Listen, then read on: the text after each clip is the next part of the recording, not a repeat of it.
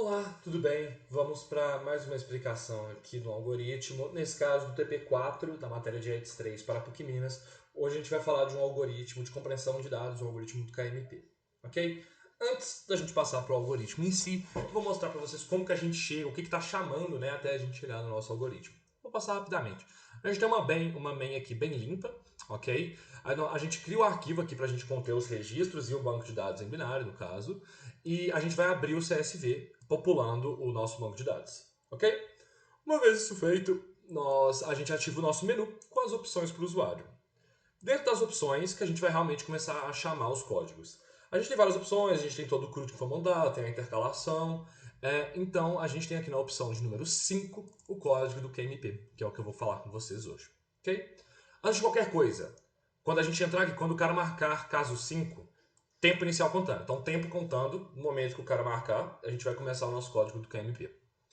A gente vai instanciar um novo objeto da classe do QMP e vamos pegar duas variáveis extremamente importantes para a gente. Uma que é uma string padrão que a gente tem que pedir para o usuário dar para a gente. É o método que está aqui embaixo, é um método simples. É um scanner, insira o padrão procurado, o cara insere o padrão e eu pego ele. E agora a string texto, que eu estou chamando ela aqui eu estou só instanciando a string. Aqui eu vou ler o arquivo DB. O que eu faço com esse ler arquivo DB, que é esse código aqui? De maneira muito simples. Todo o nosso código está em arquivo, ou seja, em memória secundária. Eu vou pegar tudo que está em memória secundária, passar para a memória primária dentro de uma string para eu ser capaz de agora ler ela, ok? Então, nós pegamos o padrão, pegamos o texto, não precisamos de mais nada para o código de QMP. A gente vai passar os dois padrões e vamos começar a rodar o código. Antes de eu passar para o algoritmo em si, uma vez o código terminado, a gente volta para cá, a gente encerra a contagem de tempo, a gente pega realmente quanto tempo que a gente quer o tempo de execução, que é o final menos o inicial, né? E a gente vai printar ele aqui, o tempo de execução, e ele vai estar em milissegundos. Eu vou mostrar para vocês quando eu printar aqui embaixo. Deixa eu dar um clear aqui embaixo, para vocês não terem muito spoiler.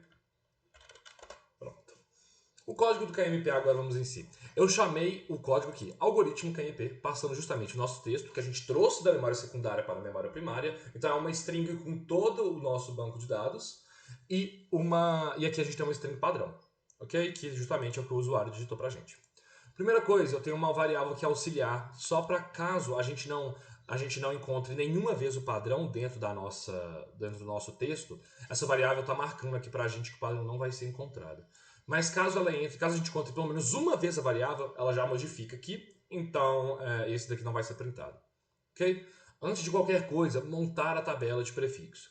É um método que vai voltar um array de inteiros, ok? A gente só precisa do padrão para montar. O que esse código faz?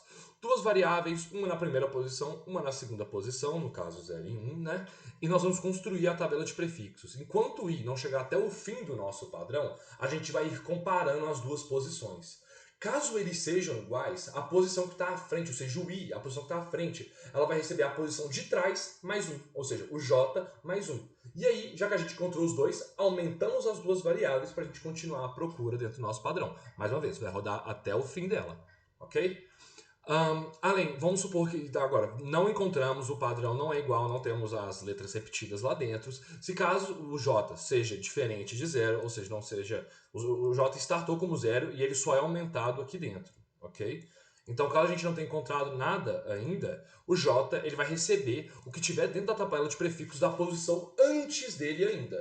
Então, o I é a primeira posição ali que está lá na frente, o J está aqui atrás, e o J, e tem a que eu estou pegando aqui, é justamente a posição que está atrás do J passando para ele, ok? Então, repetindo, caso seja zero, ele vai receber o zero, entendeu? É mais ou menos essa a ideia.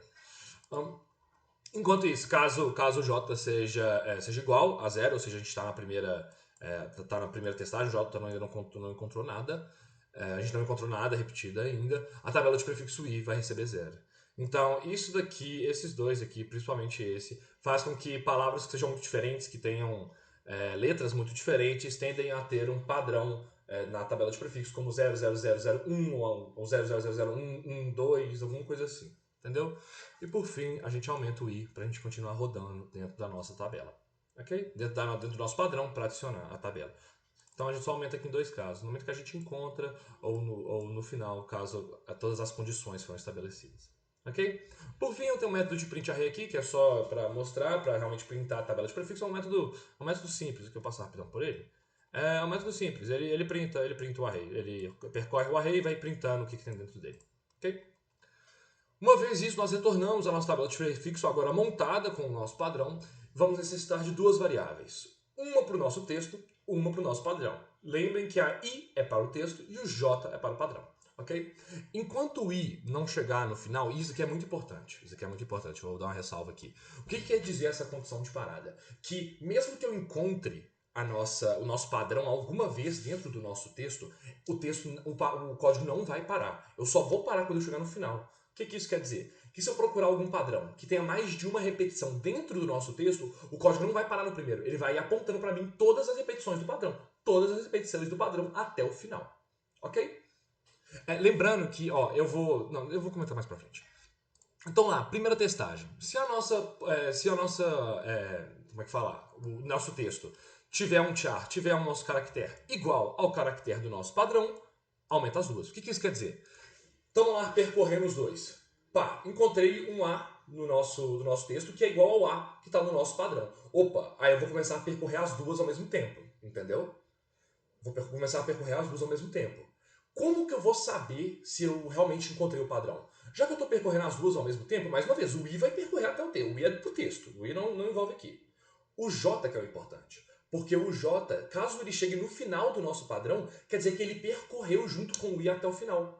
Então, nesse momento, já que o J, aí tá aqui embaixo, se o J for igual ao tamanho do nosso padrão, quer dizer que nós encontramos ele dentro do nosso texto. Eu peço para ele printar em qual índice. Essa é a pergunta, em qual índice? Isso é um negócio que a gente deve pensar. Porque o I, em teoria, seria no índice I, não é verdade? Já que o I está apontando no texto. Mas não é no índice I. Por quê? O I está percorrendo junto com o J a palavra. Então, se eu printar só o que é padrão no índice I, ele vai pegar a posição do final do texto. Se eu procurar a palavra, ele vai estar mostrando que no final do texto a palavra está. O que não pode ser, ele tem que falar que está no começo. Então tem que ser a variável I menos a variável J, já que o J justamente está percorrendo o padrão. Então a gente vai voltar o I só para o início. Ele não volta o ponteiro de fato, né? O I ainda vai estar lá, o ponteiro ainda está lá, só que eu tenho que printar a posição do início da palavra, que representa com esse I menos J. O J ele vai receber a tabela de prefixos de J-1, igualzinho aqui em cima, não vou nem mostrar de novo. E a variável de auxiliar encontrou, agora ela é modificada para a gente saber que a gente encontrou pelo menos uma vez o padrão. Ok? Caso a gente não encontre padrão, o que acontece? Então, primeira coisa, os testes. Mais uma vez, não chegamos ao fim do padrão, ok? Não chegamos ao fim do padrão. E, reparem, texto.charete i diferente de padrão.charete j. Aqui tá igual. O que isso quer dizer? Que ou a gente entra aqui, ou a gente entra aqui. Entendeu? Não tem uma opção, eu digo que não tem uma opção de entrar nos dois. Não dá para entrar nos dois. Entendeu? Então, caso a gente entre aqui, se o J for diferente de 0, ele vai receber a posição da tabela de prefixo que está atrás dele. Mais uma vez, a gente passou por isso aqui em cima, né? É o mesmo código aqui de cima. E caso isso seja irreal, a gente continua a percorrer dentro do nosso texto, fazendo a variável i receber mais, ok? A gente continua a percorrer aqui o texto. A variável i para o nosso texto, ela continua a percorrer ou aqui, ok? Por último, a gente tem um sistema aqui que printa, caso a variável auxiliar ainda seja 0, que a gente não encontrou nenhuma vez. Então, eu printo aqui que a gente não encontrou nenhuma vez. Vamos para o código em si, vamos rodar ele aqui, bonito. A gente ativa o nosso menu, tá aí. A gente tem as opções, eu preciso escolher a opção número 5, que é justamente o QMP, e eu vou escolher o padrão que a gente vai procurar dentro do nosso texto. A gente tem, aqui do nosso texto, aqui, ó, tá, ele está aqui do lado, aberto aqui o nosso de banco de dados, e aqui ele é modificado, né, já que está aqui em hexadecimal. Como que eu vou inserir, o que eu vou procurar aqui dentro, né? Primeira coisa, eu vou fazer um teste passando uma string que com certeza não tem no meu texto. Vou digitar aqui um negócio aleatório, é uns GH aqui, ok? E o que vai ser legal aqui de ver é que mais uma vez vai mostrar que o padrão não foi encontrado, óbvio, e vai mostrar também a tabela de prefixos, o que é muito bom para mostrar.